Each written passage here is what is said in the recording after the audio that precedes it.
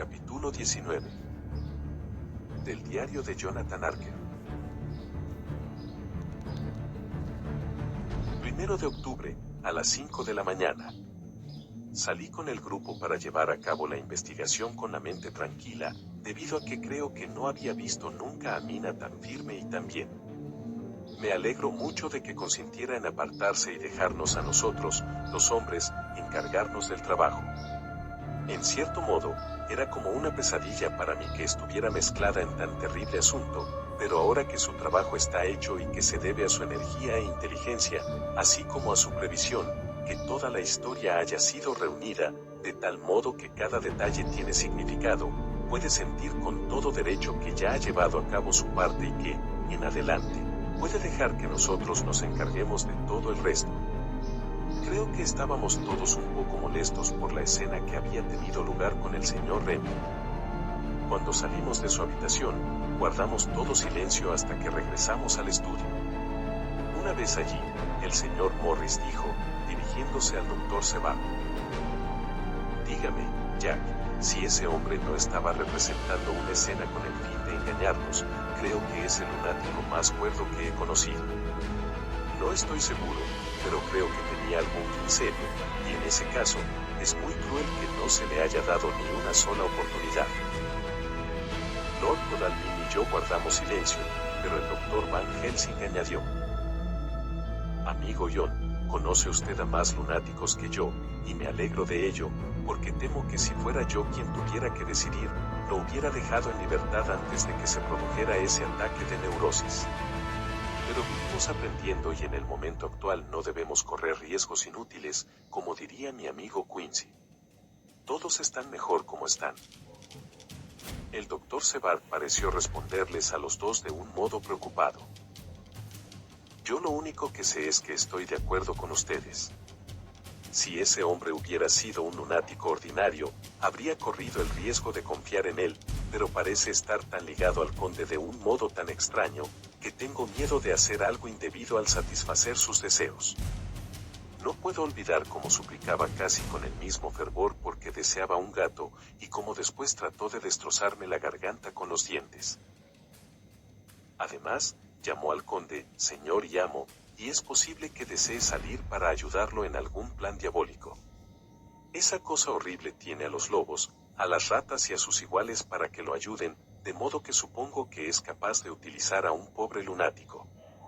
Sin embargo, es cierto que parecía sincero. Solo espero que hayamos hecho lo mejor posible en este caso. Esas cosas, junto al duro trabajo que nos espera, son suficientes para afectar los nervios de un hombre.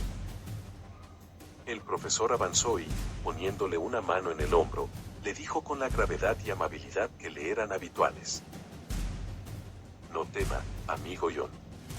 Estamos tratando de cumplir con nuestro deber en un caso extremadamente triste y terrible, solo podemos hacer lo que nos parezca mejor. ¿Qué otra cosa podemos esperar, a no ser la piedad del Altísimo? Lord Godalming había salido durante unos minutos, pero regresó inmediatamente. Levantó un pequeño silbato de plata, al tiempo que observaba. Es posible que esa vieja casona esté llena de ratas, y en ese caso, tenemos un antídoto a mano. Después de pasar sobre el muro, nos dirigimos hacia la casa, teniendo cuidado de permanecer entre las sombras de los árboles, proyectadas sobre el césped, cuando salía la luna. Cuando llegamos al porche, el profesor abrió su maletín y sacó un montón de objetos, que colocó en uno de los escalones, formando con ellos 4 grupos, evidentemente uno para cada uno de nosotros. Luego dijo: amigos míos, vamos a correr un riesgo tremendo, y tenemos que armarnos de diversas formas. Nuestro enemigo no lo es solamente espiritual.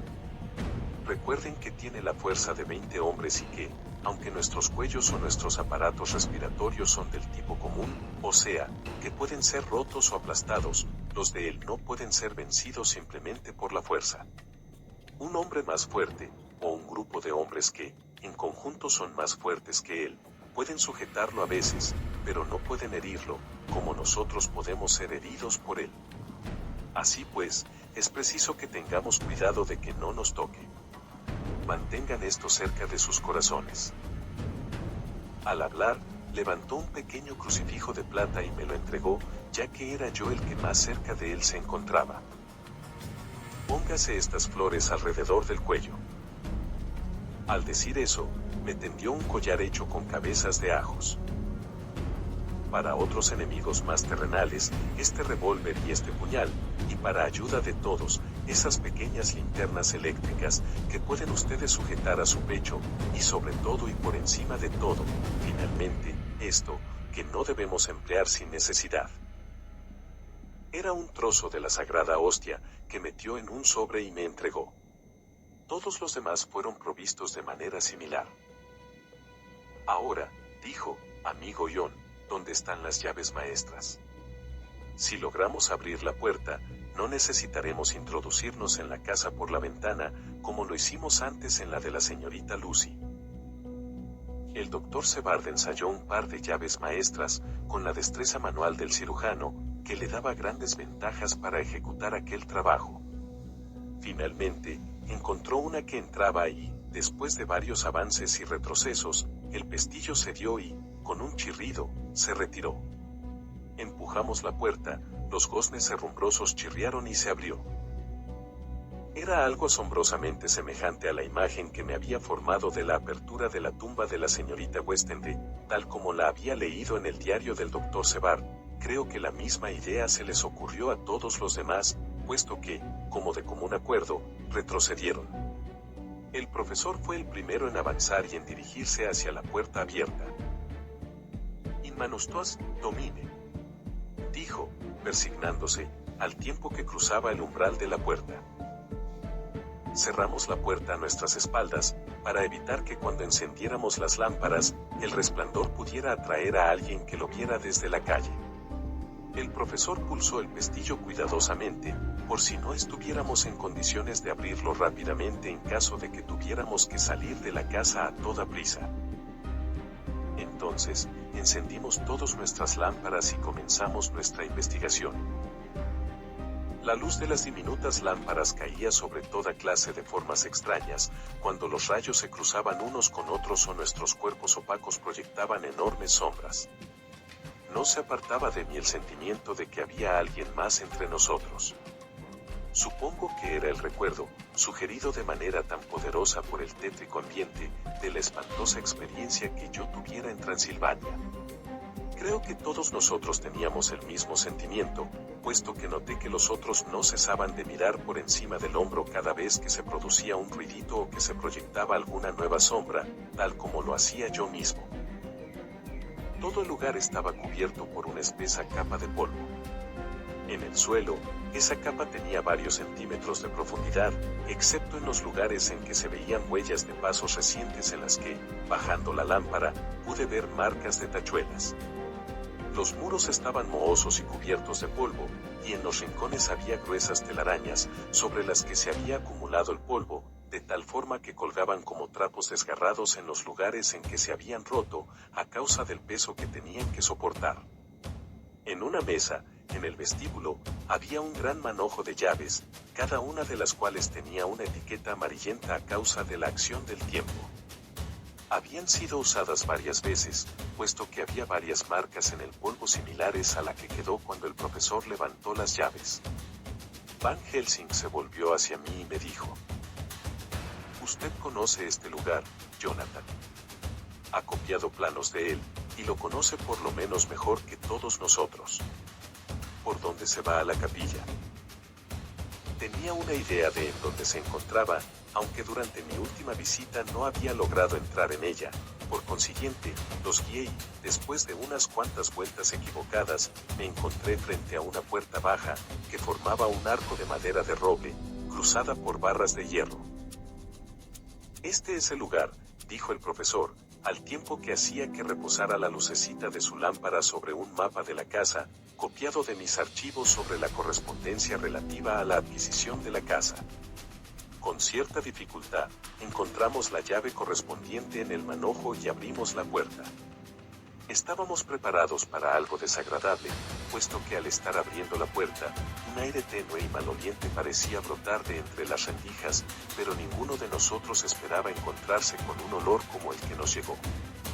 Ninguno de los otros había encontrado al conde en sus cercanías, y cuando yo lo había visto, estaba, o bien en su rápida existencia en las habitaciones o, cuando estaba lleno de sangre fresca, en un edificio en ruinas, a cielo abierto, donde penetraba el aire libre, pero, allí, el lugar era reducido y cerrado, y el largo tiempo que había permanecido sin ser hallado hacía que el aire estuviera estancado y que oliera a podrido.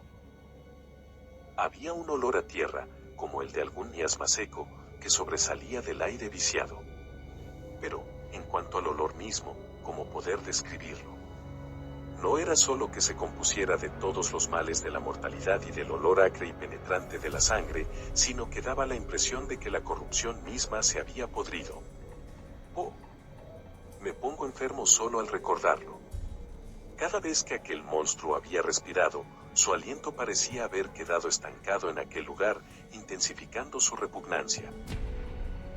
Bajo circunstancias ordinarias, un olor semejante hubiera puesto punto final a nuestra empresa, pero aquel no era un caso ordinario, y la tarea elevada y terrible en la que estábamos empeñados nos dio fuerzas que se sobreponían a las consideraciones físicas. Después del primer estremecimiento involuntario, consecuencia directa de la primera ráfaga de aire nauseabundo, nos pusimos todos a trabajar, como si aquel repugnante lugar fuera un verdadero jardín de rosas. Examinamos cuidadosamente el lugar, y el profesor dijo, al comenzar: ante todo, hay que ver cuántas cajas quedan todavía. A continuación, deberemos examinar todos los rincones, agujeros y rendijas, para ver si podemos encontrar alguna indicación respecto a qué ha sucedido con las otras. Una mirada era suficiente para comprobar cuántas quedaban, ya que las grandes cajas de tierra eran muy voluminosas, y no era posible equivocarse respecto a ellas. Solamente quedaban 29, de las 50. En un momento dado me llevé un buen susto, ya que al ver a Lord Godalming que se volvía repentinamente y miraba por la puerta de entrada hacia el oscuro pasadizo que había más allá, yo también miré y, durante un instante, me pareció ver los rasgos más notables del rostro maligno del conde, la nariz puntiaguda, los ojos rojizos, los labios rojos y la terrible palidez. Eso ocurrió solo durante el espacio de un segundo, ya que, como resumió Lord Godalming, creí haber visto un rostro, pero eran solo las sombras. Y volvió a dedicarse a su investigación. Volví mi lámpara hacia esa dirección y me dirigí hacia el pasadizo. No había señales de la presencia de nadie, y como no había puertas, ni rincones, ni aberturas de ninguna clase, sino solo los sólidos muros del pasadizo, no podía haber ningún escondrijo, ni siquiera para él. Supuse que el miedo había ayudado a la imaginación, y no dije nada. Unos minutos más tarde vi que Morris retrocedía repentinamente del rincón que estaba examinando. Todos nosotros seguimos con la mirada sus movimientos, debido a que, indudablemente, cierto nerviosismo se estaba apoderando de nosotros, y vimos una masa fosforescente que parpadeaba como las estrellas. Instintivamente, todos retrocedimos. Todo el lugar estaba poblándose de ratas. Durante un momento permanecimos inmóviles, asombrados, todos, excepto Lord Godalming que, aparentemente, estaba preparado para una contingencia similar. Precipitándose hacia la pesada puerta de roble y bandas de hierro, que el doctor Sebard había descrito del exterior y que yo mismo había visto, hizo girar la llave en la cerradura, retiró los enormes pestillos y abrió de un golpe la puerta. Luego, sacando del bolsillo su silbato de plata, hizo que sonara lenta y agudamente. De detrás de la casa del doctor Sebard le respondieron los ladridos de varios perros, y un minuto después, 3 terriers aparecieron, corriendo, por una de las esquinas de la casa. Inconscientemente, todos nos habíamos vuelto hacia la puerta y, al hacerlo, vimos que el polvo se había levantado mucho, las cajas que habían sido sacadas, lo habían sido por allá. Pero incluso en un solo minuto que había pasado, el número de las ratas había aumentado mucho. Parecían aparecer en la habitación todas a un tiempo, a tal punto que la luz de las lámparas, que se reflejaba sobre sus cuerpos oscuros y en movimiento y brillaba sobre sus malignos ojos, hacía que toda la habitación pareciera estar llena de luciérnagas. Los perros aparecieron rápidamente, pero en el umbral de la puerta se detuvieron de pronto y olfatearon. Luego, simultáneamente, levantaron las cabezas y comenzaron a aullar de manera lúgubre en extremo. Las ratas estaban multiplicándose por miles, y salimos de la habitación. Lord Godalming levantó a uno de los perros y, llevándolo al interior de la habitación, lo colocó suavemente en el suelo. En el momento mismo en que sus patas tocaron el suelo pareció recuperar su valor y se precipitó sobre sus enemigos naturales. Las ratas huyeron ante él con tanta rapidez, que antes de que hubiera acabado con un número considerable, los otros perros, que habían sido transportados al centro de la habitación del mismo modo, tenían pocas presas que hacer, puesto que toda la masa de ratas se había desvanecido. Con su desaparición, pareció que había dejado de estar presente algo diabólico, puesto que los perros comenzaron a juguetear y a ladrar alegremente, al tiempo que se precipitaban sobre sus enemigos postrados, los zarandeaban y los enviaban al aire en sacudidas feroces. Todos nosotros nos sentimos envalentonados. Ya fuera a causa de la purificación de la atmósfera de muerte, debido a que habíamos abierto la puerta de la capilla, o por el alivio que sentimos al encontrarnos ante la abertura, no lo sé, pero el caso es que la sombra del miedo pareció abandonarnos, como si fuera un sudario, y la ocasión de nuestra ida a la casa perdió parte de su tétrico significado, aunque no perdimos en absoluto nuestra resolución.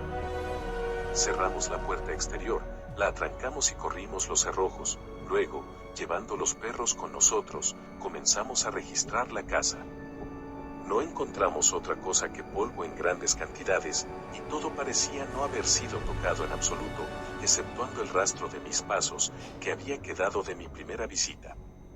Los perros no demostraron síntomas de intranquilidad en ningún momento, e incluso cuando regresamos a la capilla, continuaron jugueteando, como si estuvieran cazando conejos en el bosque, durante una noche de verano. El resplandor del amanecer estaba irrumpiendo por levante, cuando salimos por la puerta principal. El doctor Van Helsing había tomado del manojo la llave de la puerta de entrada, cerró esta cuidadosamente, se metió la llave en el bolsillo y se dirigió a nosotros.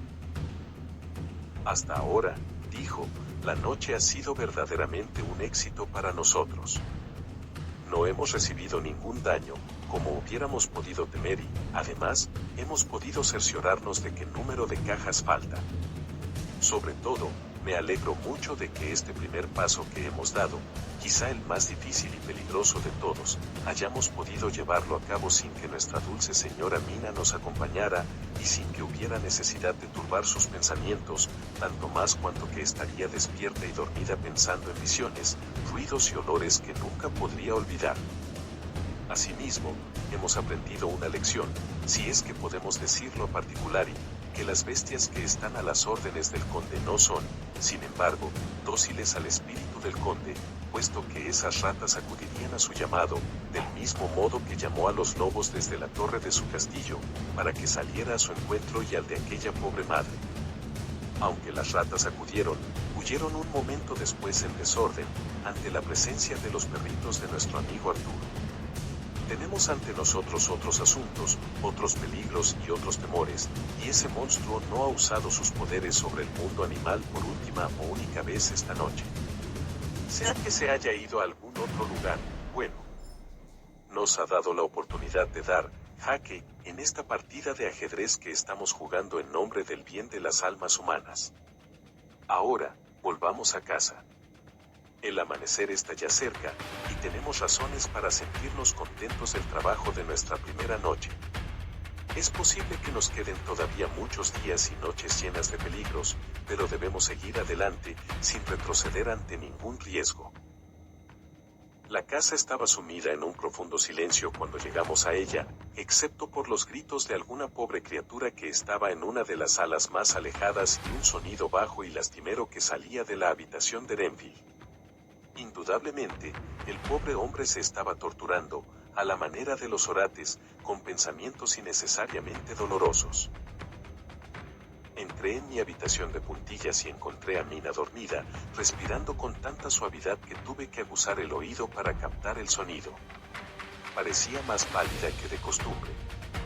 Esperaba que la reunión de aquella noche no la hubiera impresionado demasiado. Me siento verdaderamente agradecido de que permanezca fuera de nuestro trabajo futuro e incluso de nuestras deliberaciones. Es una tensión demasiado grande para que la soporte una mujer. No pensaba así al principio, pero ahora sé mucho mejor a qué atenerme. Por consiguiente, me alegro de que eso haya sido resuelto. Es posible que haya cosas que la asustaran si las oyera, no obstante, ocultárselas sería peor que revelárselas, si es que llega a sospechar que hay algo que no le decimos. A partir de este momento, tendremos que ser para ella como libros cerrados, por lo menos hasta el momento en que podamos anunciarle que todo ha concluido y que la Tierra ha sido liberada de aquel monstruo de las tinieblas. Supongo que será difícil guardar silencio, debido a la confianza que reina entre nosotros, pero debo continuar en mi resolución y silenciar completamente todo lo relativo a nuestros actos durante aquella noche, negándome a hablar de lo que ha sucedido. Me acosté sobre el diván, para no molestarla.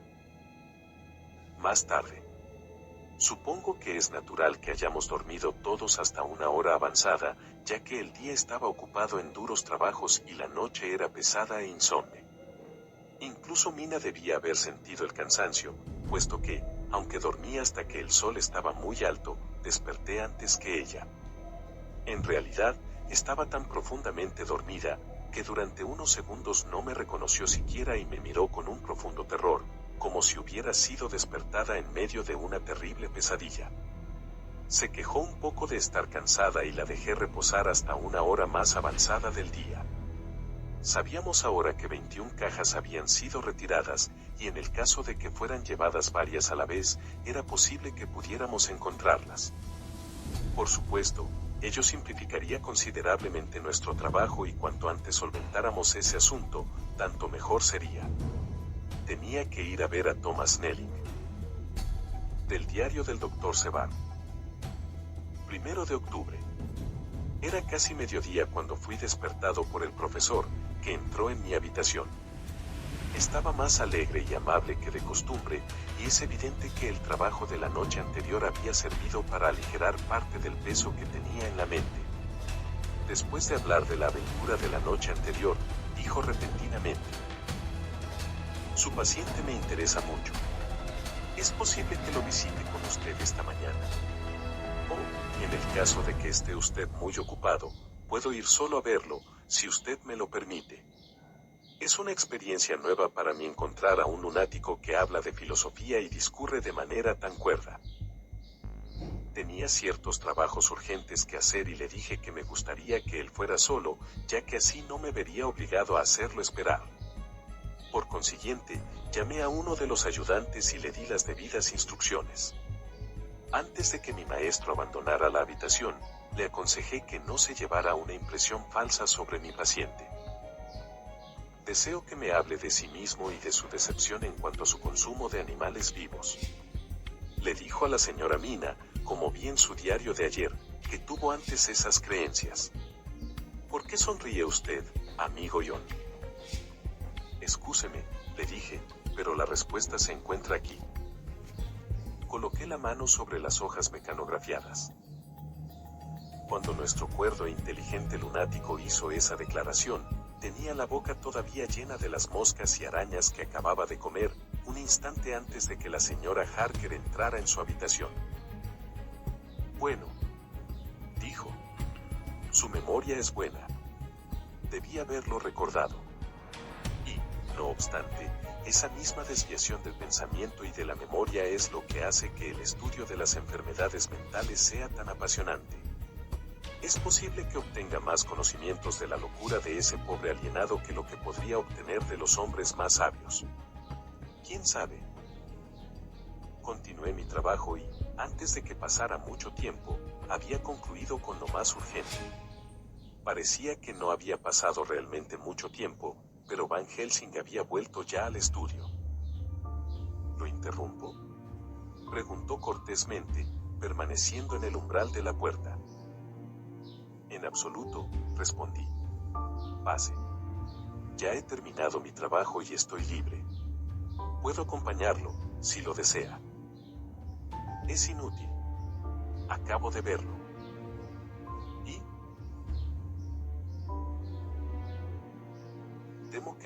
aprecia mucho. Nuestra entrevista ha sido corta. Cuando entré en su habitación estaba sentado en una silla, en el centro, con los codos apoyados sobre las rodillas y en su rostro había una expresión hosca y malhumorada. Le he hablado con toda la amabilidad posible, y con todo el respeto que he logrado aparentar. No me respondió palabra alguna. ¿No me reconoce usted?, inquirí. Su respuesta no fue muy tranquilizadora. Lo conozco perfectamente. Es usted el viejo idiota de Van Helsing. Desearía que se fuera usted con sus estúpidas teorías psicológicas a otro lado. Malditos sean todos los estúpidos holandeses. No pronunció ni una palabra más y siguió sentado, encerrado en su descontento y mal humor, exactamente como si yo no hubiera estado en la habitación en absoluto, tal era su indiferencia. Así he perdido la oportunidad de aprender algo de ese inteligente lunático, por consiguiente, debo irme para tratar de consolarme cruzando unas cuantas palabras agradables con la dulce señora Mina. Amigo John, me alegro infinitamente de que ya no tenga ella que sufrir más, ni que preocuparse por nuestros terribles asuntos. Aunque echaremos en falta su ayuda, es mejor que así sea. Estoy absolutamente de acuerdo con usted, le dije sinceramente, puesto que no quería que su decisión al respecto se debilitara. La señora Harker está mejor permaneciendo fuera de todo esto. La situación está ya bastante mala para nosotros, los hombres, que nos hemos visto a veces en lugares poco agradables, pero no es un lugar apropiado para una mujer y, si hubiera continuado con este asunto, es muy posible que hubiera terminado siendo destrozada. Así, Van Helsing fue a conversar con el señor y la señora Harker. Quincy y Art han salido para descubrir todo lo posible con respecto a la desaparición de las cajas. Yo tengo que concluir mi ronda de trabajo, y nos reuniremos esta noche.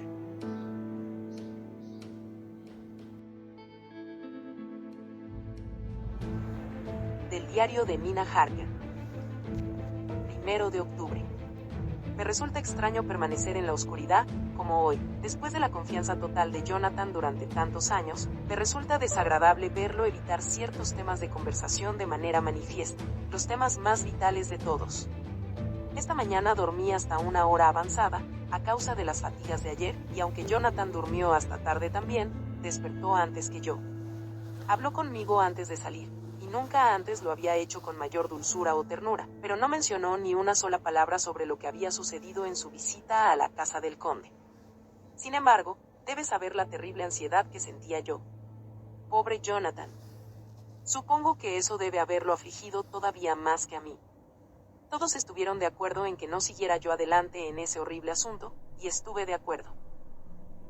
Pero, me resulta muy desagradable pensar que me oculta algo. Y ahora estoy llorando como una idiota, cuando, en realidad, sé que todo esto es producto del gran amor de mi esposo y de la buena voluntad de todos esos hombres fuertes. Eso me ha sentado bien. Bueno, algún día me lo contará todo Jonathan, y para evitar que pueda llegar a pensar que le oculto yo también algo, continúo escribiendo mi diario, como de costumbre. Así, si ha temido por mi confianza, debo mostrárselo, incluyendo todos los pensamientos y los sentimientos de mi corazón, para que pueda leerlos claramente. Me siento hoy extrañamente triste y malhumorada. Supongo que es la reacción a causa de la tremenda emoción. Anoche me acosté cuando se fueron los hombres, sencillamente porque me dijeron que me acostara. No tenía sueño, y sentía una ansiedad enorme. Estuve pensando en todo lo sucedido desde que Jonathan fue a verme a Londres y todo ello parecía una horrible tragedia, como si el destino impulsara todo hacia un fin siniestro. Todo lo que hacemos, por muy buenas intenciones que tengamos, parece conducir a algo que debe deplorarse profundamente. Si no hubiera ido a Whitby, es posible que la pobre y querida Lucy estuviera ahora entre nosotros. No se le había ocurrido visitar el cementerio de la iglesia hasta el momento de mi llegada, y si no hubiera ido allí durante el día no habría regresado dormida durante la noche, y el monstruo no la hubiera destruido como lo hizo. Oh, ¿por qué fui a Whitby? Otra vez llorando. No sé qué me sucede hoy. Debo ocultárselo a Jonathan, puesto que si sabe que he llorado ya 2 veces esta mañana, yo que no lloro nunca y que nunca he tenido que derramar una sola lágrima por él, el pobre hombre se desanimará y se preocupará. Debo aparentar un semblante sereno, y si me siento con ganas de llorar, él no debe saberlo. Supongo que es una de las lecciones que nosotras, las pobres mujeres, tenemos que aprender. No puedo dejar de recordar cómo me quedé dormida. Recuerdo haber oído el ladrido repentino de los perros y un estruendo de sonidos extraños, como oraciones en una gama tumultuosa, procedentes de la habitación del señor Renfield, que se encuentra en alguna parte debajo de la mía.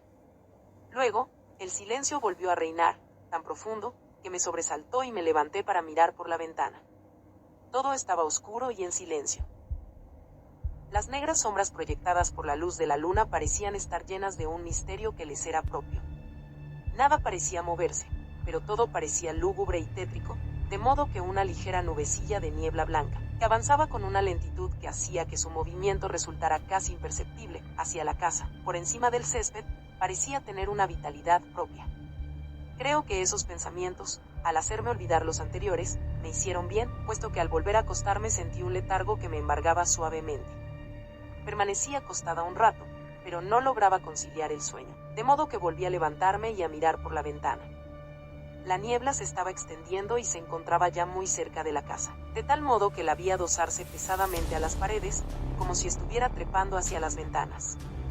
El pobre hombre hablaba con más fuerza que nunca y, aunque no lograba distinguir bien sus palabras, comprendí que se trataba de una súplica apasionada de su parte. Luego, oí el ruido de un forcejeo y comprendí que los enfermeros se estaban encargando de él. Me sentí tan asustada, que me cubrí la cabeza con las sábanas, tapándome los oídos con los dedos. No tenía sueño en absoluto o, por lo menos, así lo creía, pero debo haberme quedado dormida, puesto que, con excepción de los sueños, no recuerdo ninguna otra cosa hasta la llegada de la mañana, cuando Jonathan me despertó. Creo que necesité cierto esfuerzo y tiempo para recordar dónde me encontraba y que era Jonathan el que estaba, inclinado sobre mí. Mi sueño era muy peculiar, y era algo típico, del modo como al despertar los pensamientos se entremezclan con los sueños. Creí que estaba dormida, esperando a que regresara Jonathan. Me sentía muy ansiosa por él y no podía hacer nada. Tenía las piernas, los brazos y el cuerpo con un peso encima, de tal modo que no podía ejecutar ningún movimiento como de costumbre. Así dormí muy intranquilamente y seguí soñando cosas extrañas. Luego, comencé a sentir que el aire era pesado, húmedo y frío. Retiré las sábanas de mi rostro y, con gran sorpresa, vi que todo estaba oscuro. La lamparita de gas que había dejado encendida para Jonathan, aunque muy débil, parecía una chispita roja y diminuta a través de la niebla, que, evidentemente, se había hecho más densa y había entrado en la habitación. Entonces, recordé que había cerrado la ventana antes de acostarme. Deseaba levantarme para asegurarme de ello, pero una letargia de plomo parecía retener mis miembros y mi voluntad. Permanecí inmóvil, eso fue todo. Cerré los ojos, pero todavía podía ver con claridad a través de los párpados. Es maravilloso ver qué trucos tienen los sueños, y de qué manera tan lógica trabaja a veces nuestra imaginación. La niebla se hacía cada vez más espesa, y ya podía ver cómo entraba en la habitación, puesto que la veía como si fuera humo, o como el vapor blanco del agua en ebullición, entrando, no por la ventana, sino por debajo de la puerta. Fue haciéndose cada vez más espesa, hasta que pareció concentrarse en una columna de vapor sobre la que alcanzaba a ver la lucecita de la lámpara de gas que brillaba como un ojo rojizo. Las ideas se agolparon en mi cerebro, al tiempo que la columna de vapor comenzaba a danzar en la habitación y entre todos mis pensamientos me llegaron las frases de las escrituras, una columna de vapor por las noches y de fuego durante el día. ¿Se trataba de algún guía espiritual que me llegaba a través del sueño?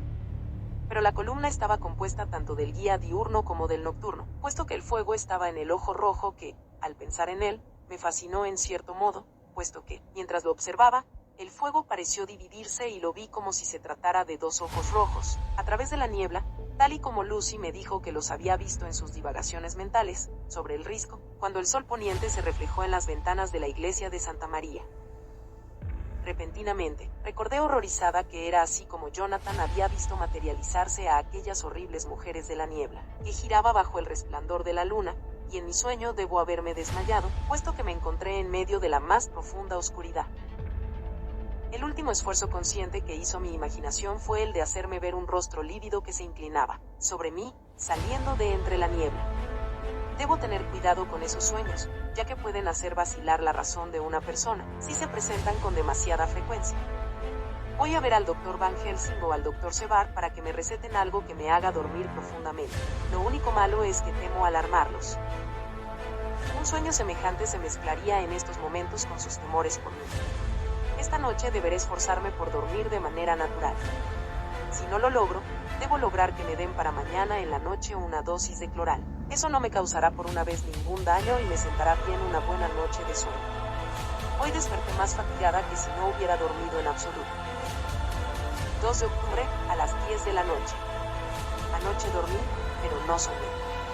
Debo haber dormido profundamente, puesto que no desperté cuando se acostó Jonathan, pero el sueño no me ha sentado todo lo bien que sería de desear, puesto que hoy me he sentido débil y desanimada. Pasé todo el día de ayer tratando de dormir o acostada, dormitando. Por la tarde, el señor Renfield preguntó si podría verme. Pobre hombre.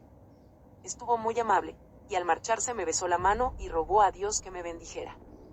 En cierto modo, eso me afectó mucho, y las lágrimas acuden a mis ojos cuando pienso en él. Esta es una nueva debilidad de la que tengo que preocuparme y cuidarme.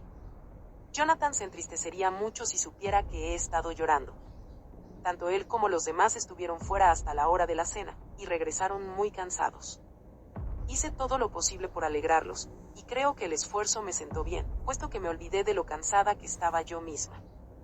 Después de la cena me mandaron a acostarme y todos salieron a fumar juntos, según dijeron, pero sabía perfectamente que lo que deseaban era contarse unos a otros lo que les había sucedido a cada uno de ellos durante el día. Comprendí por la actitud de Jonathan que tenía algo muy importante que comunicarles. No tenía tanto sueño como debería. Por consiguiente, antes de que se fueran le pedí al Dr. Sevar que me diera alguna pastilla para dormir, de cualquier tipo, ya que no había dormido bien la noche anterior. Con mucha habilidad, me preparó una droga adormecedora y me la dio, diciéndome que no me causaría ningún daño, ya que era muy ligera. La he tomado y estoy esperando a que el sueño me venza, lo cual me parece todavía algo lejano. Espero no haber hecho mal, ya que cuando el sueño comienza a apoderarse de mí, me asalta un nuevo temor. Es posible que haya cometido una tontería al privarme del poder de despertar. Es posible que lo necesite. Ya tengo sueño. Buenas noches.